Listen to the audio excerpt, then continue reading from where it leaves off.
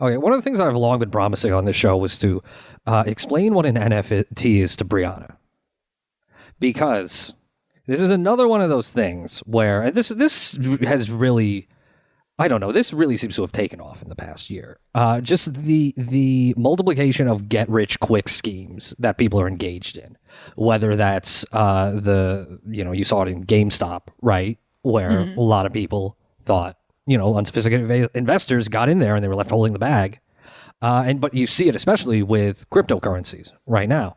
And, obviously our audience is, they want stock tips. They want to know how to get rich, much like everyone. And, the latest one is NFTs. I have a lot of questions, Virgil, about this. I have listened to several other podcasts do explainers, and I still have no idea what they were talking about because I felt like some very, really fundamental questions weren't asked. Oh, so the Pod Save. You're saying the Pod Save boys didn't do a good job of explaining it. No, it was actually leftists, all leftists talking about NFTs, the ones that I'm referencing. Okay, just be careful because if you really want to do this, I'm ready to do this. I'm ready to do it. Yeah, but I'm going to have some questions for you that might take a little bit of time. I mean, I will answer all the questions. Some of the answers might be lies, but I'm very game to answer the questions. Ben, I tried. You heard me try. Because ultimately, I think that, I'm like, our show, thanks to the patronage of our audience, our show does very well. We can pay for what we need to do here. We can make a lot of wonderful content. I'm going to get a light soon. So... we're doing great. But what if we were an NFT and we sold it for $50 million? That's just something you can do with NFTs. Okay. So, what's an NFT? Okay. It stands for non-fungible token. Right. It's basically... Well, the thing is, I don't know where to start with this. Here's my problem. Okay, I've heard people explain it's a non-fungible token. That means it can't be exchanged one for one. It's non-fungible. It's not like a dollar. If I have a dollar and you have a dollar, we can exchange dollars and they're both worth the exact same thing. It's fungible. Non-fungible means they're unique. So I have, not this BKR bottle because there are others like it in the world. But let's say I do a Banksy on it and it's like special and unique and an art object. It's irreplaceable. I can't just swap it for whatever wonderful art, framed tiger print or whatever is in your house. It's non-fungible. That does not explain to me why the thing has value because there's a lot of unique crap in the world that doesn't have any intrinsic value, nor does the fact, as I understand it, it is difficult to make these things through a complex technical process that I hope that you can shed some light on. It's not actually difficult from the end user's perspective, from the actual artist's perspective. I mean, the technical details aren't really necessary to go that deep into it. Like there's ones and zeros involved, I'm pretty sure. But my question is, just because there's a process to make something also doesn't mean it necessarily has value. It's not like, it's a diamond and it was like in the earth for a million years, so that's why it's valuable. In essence, rare. What NFTs do is they use blockchain technology to create authentic originals of digital art. Okay, but what's a blockchain? Okay, see, that's why I asked the question of where I need to start. Yeah, because everyone I've heard people say that line like 3 times on podcasts. It's like, what the hell is a blockchain? Okay, think of the blockchain like this, and like this is the technology that underpins Bitcoin, and what Bitcoin as conceptually became the proof of concept for it. Okay, well, blockchain is the core idea. It's basically, in the context of a cryptocurrency, it's basically a distributed ledger. Those are just words. I don't. Okay, I know what distributed means. I know what a ledger is. Okay, imagine this. Okay, like forget about computers for a second. Imagine, banks don't have computers, and so how do they keep track of who has what? Right? Abacus. They have a ledger. They write it down, and that ledger could say record every time that you withdrew money from the bank or you wired money to someone, whatever. It's just basic accounting stuff. Now imagine if like Twin Peaks. What? Oh, you haven't seen Twin Peaks? There's a whole thing with the ledger switcheroo. I stopped watching at some point. But okay. Sorry. I know. I don't want to admit that on the show or else they'll lynch people. Exactly. I don't know why you're trying to get me in their crosshairs here. Okay. So imagine if There was one big ledger that recorded everyone's transactions, right? And that always said who had what at all the times. And that you don't need the bank for that because everyone keeps an instant copy of that ledger. Like every single person just has, a magic copy of it. That's basically what blockchain does. So it's just like a Google shared Excel sheet. You can think of it that way, kind of. I mean, there's other technical details that, I don't really think it's necessary to go that deep into it.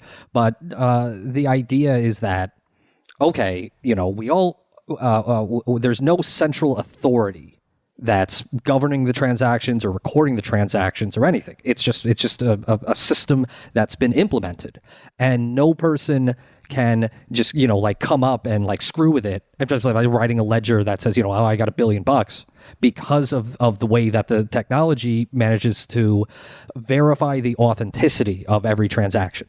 So that's a blockchain in essence. Okay. So what's interesting about that is you can use that technology to do things that are not just cryptocurrency. And that's where NFTs come into play. It uses the blockchain technology to authenticate original works of digital art. So thinking of it this way, if your work of digital art is, I don't know, it's like Nyan Cat. Fine, Nyan Cat. I was going in an awful direction with it, but it's okay. It's Nyan Cat, right? And everyone can post that. Everyone can have a picked copy of it on their phone. Well, imagine if there's just one original, and that it's a provable original, say, with a certificate of authenticity or whatever. Then every copy of it becomes say, a photograph of Starry Night, right? Well, there's one original one. And you can share it. You can have a freaking JPEG of it, but there's one original one, and it's worth a hell of a lot of money. So that's the idea. It's it's creating an entire market for digital. But here's the issue. Starry Night isn't worth a hell of a lot of money because it's original. For one, I don't really think it was worth a hell of a lot of money in Van Gogh's lifetime, which bummer. No, but he was very broke in his lifetime. Ultimately, it's considered valuable because society decided it was a piece of high art that was part of a new aesthetic movement, and we like it. It has artistic intrinsic value. Nyan Cat or whatever JPEG someone comes up with, I'm struggling to understand why we decide one of these random digital objects is valuable just because it's unique. I mean, that goes to a longer conversation about value. I mean, for one, I don't think that something like Starry Night has an inherent monetary value. No, but it does have this cultural value that is built on I think it has an infinite cultural value, certainly, yes. Right. That comes from centuries of art history and a whole economy of art buyers and gallerists and patrons. And it doesn't make it, it's somewhat random, but there's something there. My point is art is worth what art is worth. Basically arbitrarily as a production of this industry where everyone has a stake in pretending that art is worth a certain amount. Also because of art speculators and the various, billion-dollar money laundering schemes that constitute the entire art market. But so who are the people who are creating the market for these things? Who are the JPEG evaluators who are deciding what each of these random digital objects is worth? That's where, well, first off, it is simply decided by market forces. Because when you create an NFT, you auction it off. And you can, so you sell it to someone and then they can resell it, whatever. There's only one. In many ways, the value of this is arbitrary.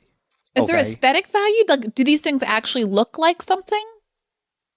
I mean, yeah, they look like something. They sound like something. You could have an MP3, like an audio file. You can have a video.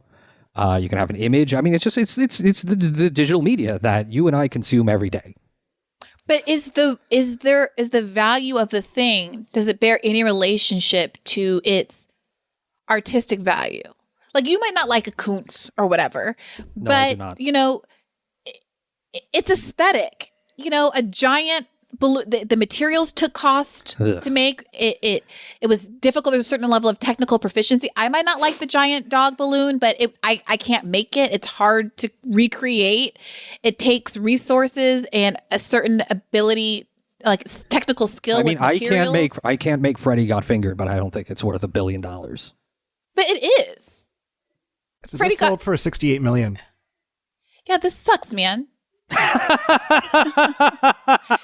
looks like a bad. This looks like a bad Bob Close painting. That looks like shit. Yeah, I agree. Yeah, it's sucks. literally just a bunch. It just looks like a bunch of internet. Like if I did a Google search on something that's like not very specific, like animal, and then took every image that came up when I Googled animal, shrunk them down really tiny, and just hodgepodge them all together into a collage. And that's what this is. I agree with you. And, again, like what my point, and getting away from the traditional art world is that like there is no objective value to these things. And that's one of the criticisms of NFTs, which blown up in recent weeks, is that like this is fundamentally just speculation. And this is, this is a bubble. This is meant to reel in suckers. I mean, I presume that there are actual sincere collectors of digital art here who actually do appreciate and admire this idea and have basically the desires that rich people have to just own a unique thing. You know what I mean? But it's not to be able to say, I've got the original thing. Yeah, that's another aspect to it. It's like, you can't like decorate your house with it unless, I don't know, you got an iPad or something. All this, all it is just proof that you own the original. That's all it is. And because of the nature of digital objects, me displaying, I can have the original, but for anyone to see that I have the original, I have to display it, project it within some device like a screen or an iPad or whatever, at which point it is indistinguishable from everybody's copy, which is also projected on there. So like there's a Vermeer where I can get up close and see the paint strokes and whatnot. Well, would you understand a very rich person buying a piece of stolen artwork, knowing that it's stolen? Well, yeah, because they show it to all their criminal friends when they come over for dinner. You do not show it to anyone. Yes, that's what they do.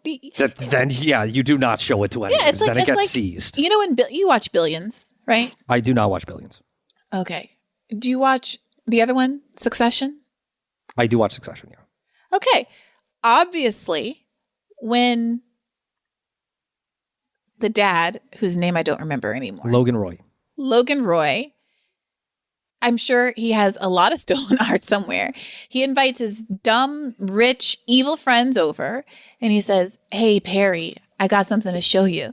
And they go into the room behind the secret door to the wine cellar. And that's where he has all his Nazi art. Like that's how rich people roll. I mean, that's a bad idea. But that's what they do. They have just like that get stuff. Drunk and get someone over and it's like, "Hey man, let me show you this." You show the other evil people who are similarly implicated because when you were over at their house, they showed you their stolen art from Iran or whatever. Like it's all. I can't speak to how rich sickos act with their rich sicko pals. I do not know enough about it. This is not. There are many podcasts that deal with these exact issues, such as TrueAnon. Well, that's who I was listening to. That was one of the NFT conversations I was listening to. But that's pretty much outside my ambit. I have to imagine some people with stolen art act like that, and some people with stolen art would spend, $40 million on a famously stolen artwork and never show it to anyone, and just live with the knowledge that they own a unique thing because the super rich are driven by pathologies that you and I just simply cannot relate to. But anyway, going back to NFTs, I mean, like I said, it's comparable to the art market in that way, in which, some super rich people would pay $40 million for that piece of shit that Ben just showed us. Other people are paying for it because they think that there's another sucker down the line and that this bubble is just going to keep getting bigger and bigger. I guess, I mean, it's obvious where I'm stuck and we don't have to stay stuck here with me. But I think this question of where value comes from, I mean, it's fundamental to the whole thing, right? And it was fundamental to the whole GameStop thing too, and anything that's speculative in this nature. And what's funny is that in a lot of ways, investments in art are considered to be some of the safer investments. Yeah. For whatever reason. There's this, idea It's that art at least, and in a condo in Manhattan. I keep trying below to tell my 96th mom, Street. like, yeah, I don't know about newer art. I think that that's probably more speculative. But at least when you're talking about classics, like none of us can imagine a world where there's not going to be a broadly held artistic or cultural commitment to the essential value of a painting by an old master. Like we're never, a million years from now, 200, 300, 400, 500 years from now, the Mona Lisa is not going to stop being valuable. You know, the water lilies are never going to stop being valuable. You mean like with monetary value specifically? Yes, because the markets are what they are. You know, they're all in the art history books. We've decided that these masters were important. They're historical figures now that brought about new movements and shifts in how we understand art, and that is irreplaceable. Yeah, there's not yet been a crash in the art market. And because of how the value of art is socially constructed, it's difficult to imagine there ever would be. Right? Like you could maybe hypothetically think, okay, let's say we 1619 Project down. This is like the worst fears of the like kind of reactionary white right, where we radically change our value system as a society and say, actually, the old masters weren't that great. We cancel the old masters. Look at all this other kind of art that was going on. Okay, like all of those like late 19th century artists, those Frenchy Frenches, they were just stealing from a bunch of Japanese artists anyway. And or like African masks, Picasso, blah, blah, blah. Screw them. We're going to just put value in the original products and devalue Picasso. We're going to cancel Picasso and go gaff or run around with those Tahitian miners, all of that.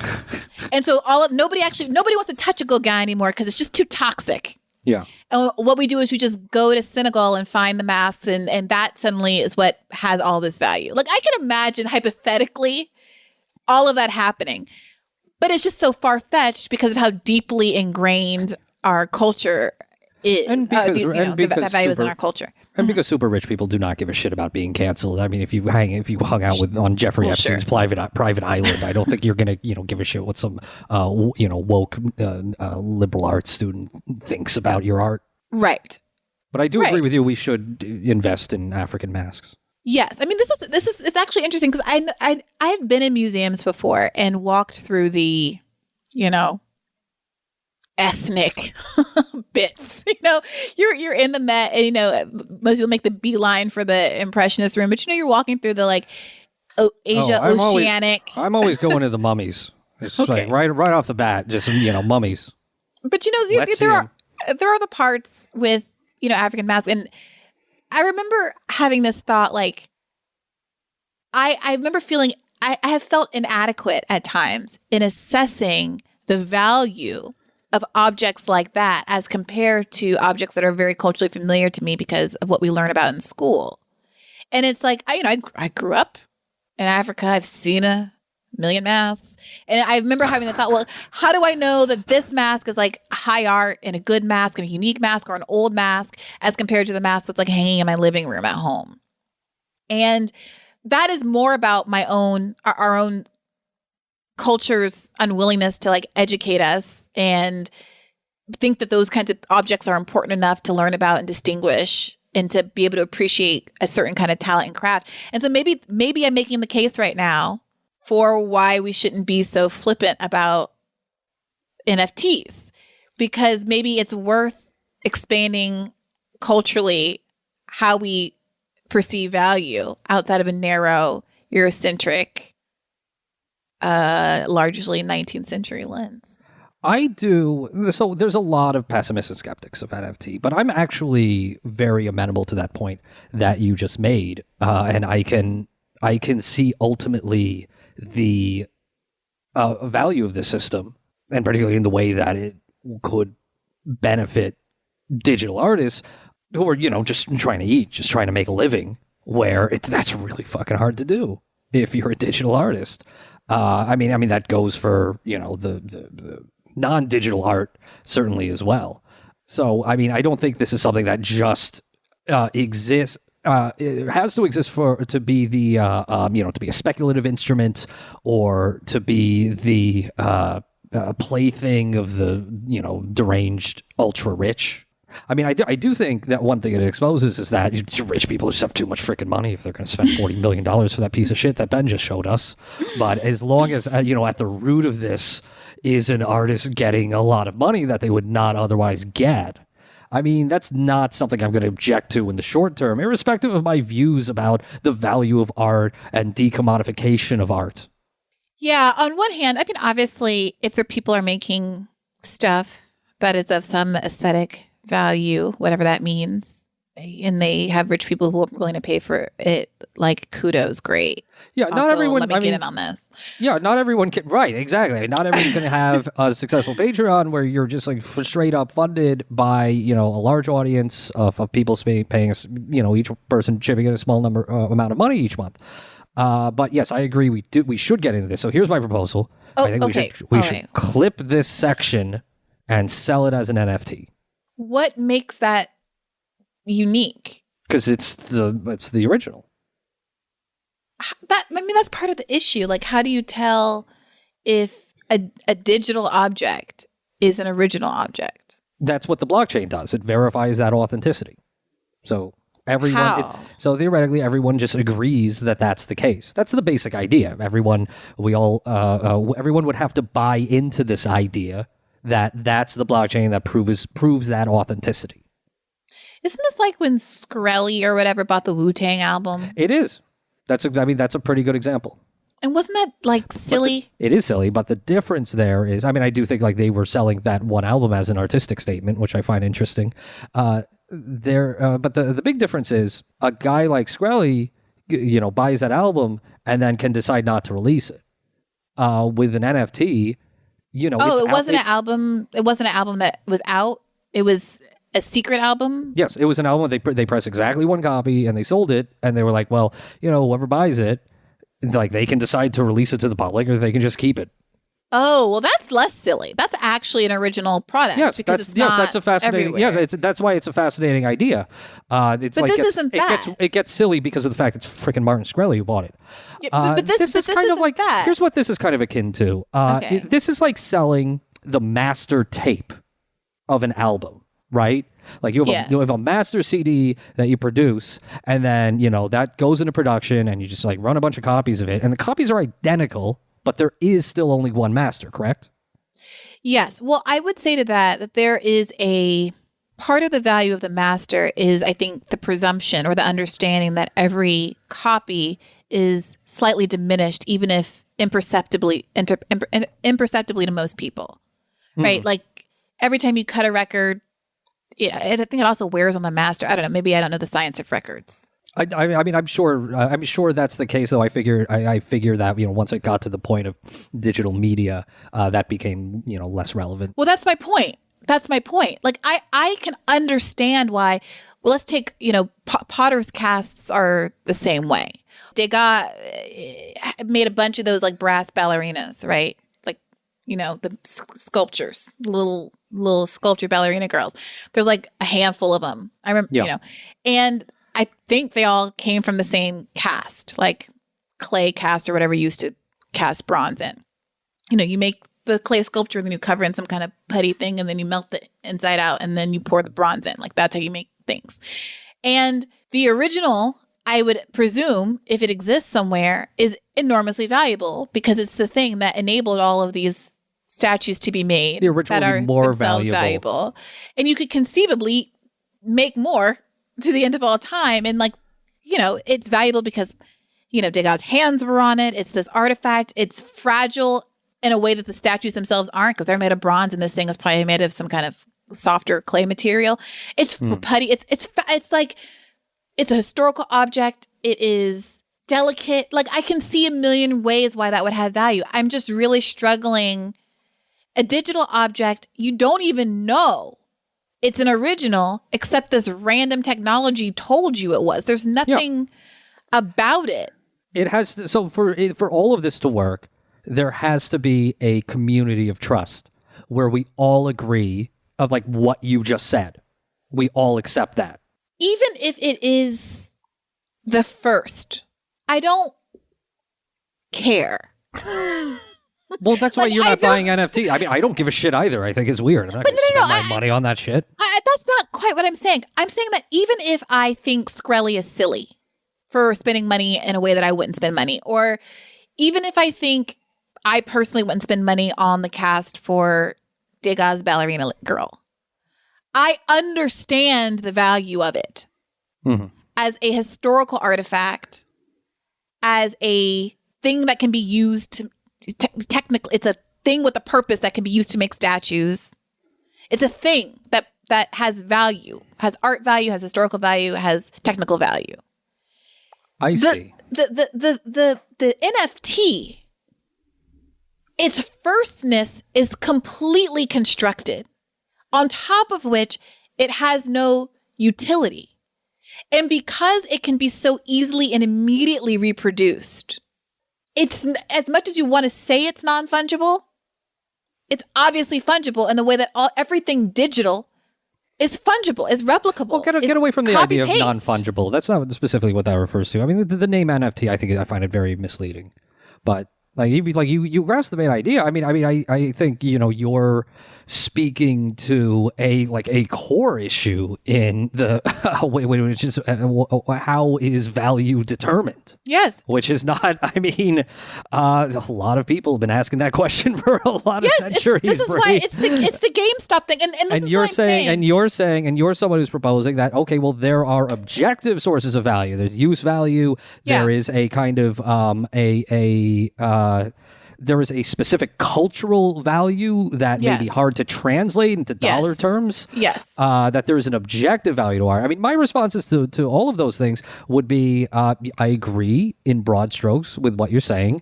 I don't necessarily agree that there is a fungibility between, say, an ineffable work of art and the experience that it produces and, dollar sign. Sure. That being said, the reason why NFTs are worth what they're worth is because fucking rich people say that. That's it.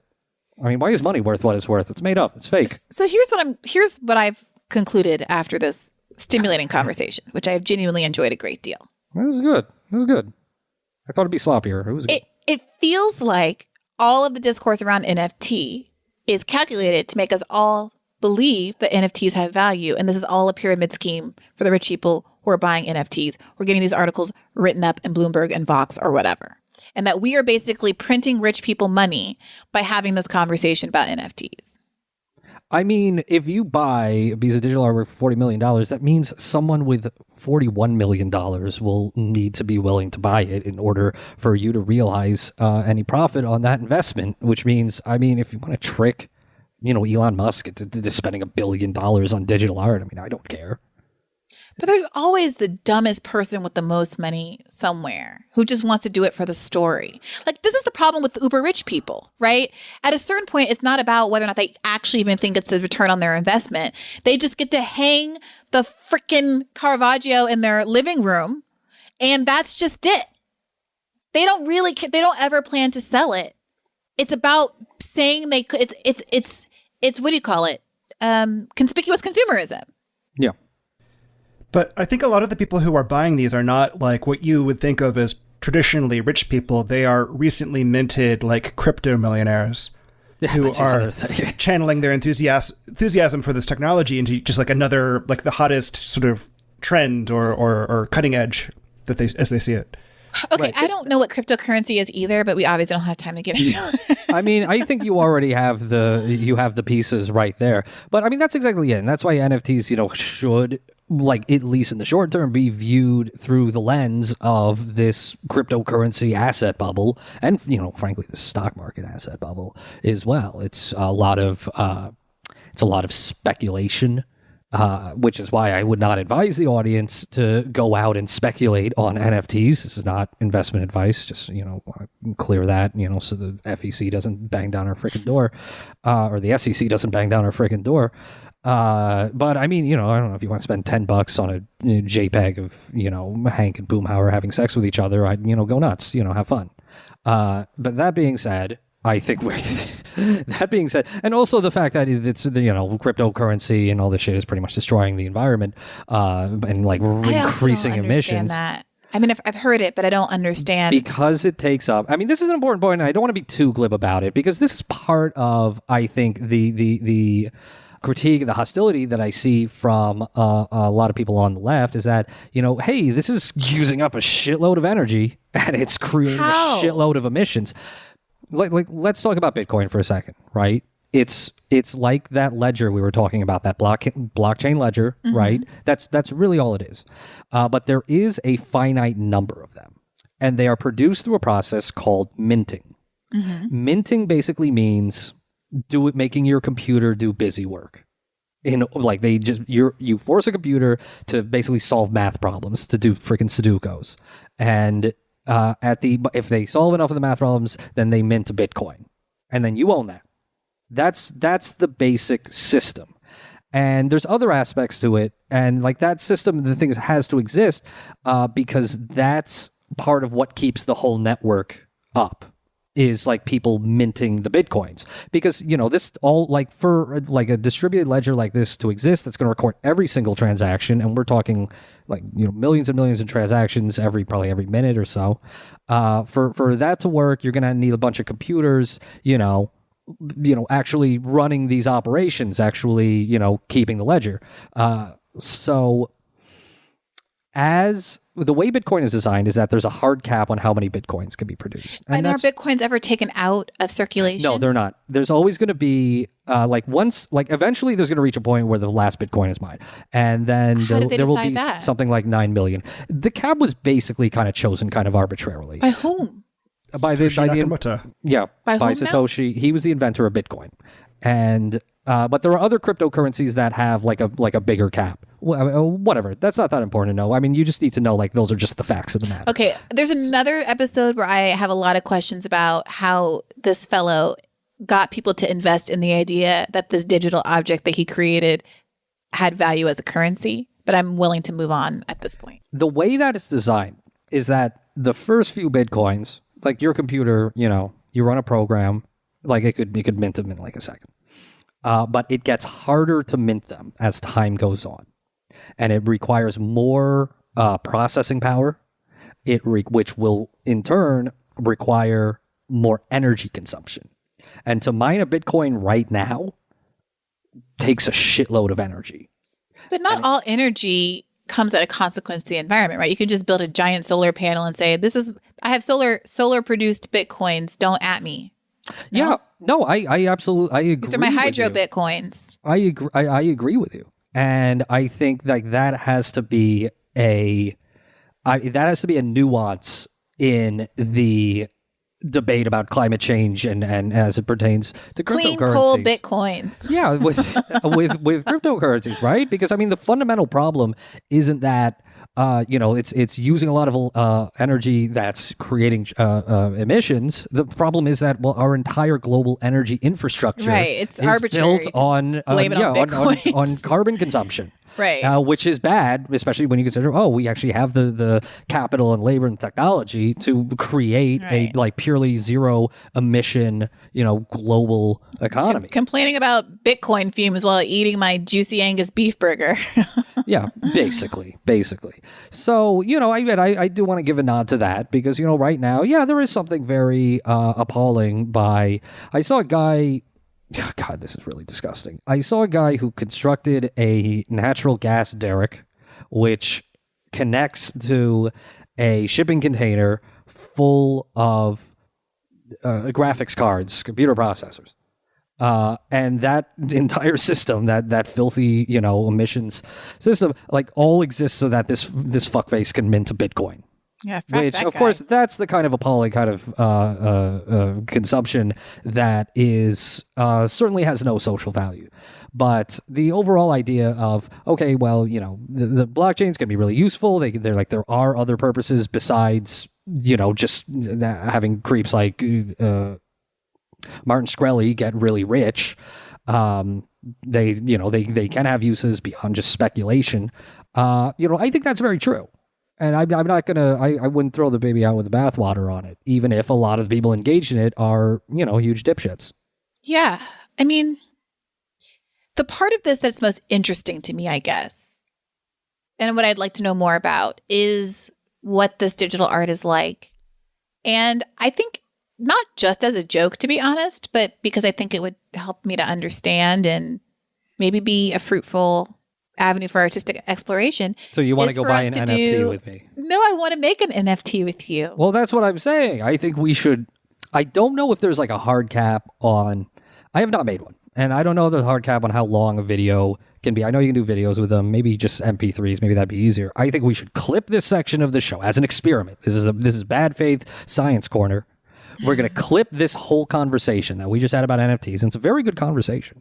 I enjoyed it. We're going to put it on the auction block and say, if you want to own a Bad Faith original, an original from the Bad Masters, from Virgil, Brie, and Ben, place your bids. We could set. I want to just set the reserve at $1 and just see what happens. Another interesting wrinkle is when you set the reserve and someone meets the reserve. I guess I'm sorry. What does that mean to set the reserve? It's like I'm sorry. Reserve is the wrong term. It's like setting the beginning price of the auction. Okay. So we put it with it's like auctioning for something for blank price. Once somebody actually meets that price with an opening bid, then, and this is arbitrary as well, then that auction goes for 24 hours. So, I want to say to the audience right now, faithful. Sorry, I know. That's now I'm nervous because this is going to be in an NFT. It's going to be it's going to exist forever on the blockchain. I want to say the faithful look out for the Bad Faith NFT auction. Don't get mad at us because we said all this stuff about climate change. We know about the climate change stuff, so do not get mad about it. Okay? Yeah, this is cool. I'm into it. See, I told you it'd be a good conversation.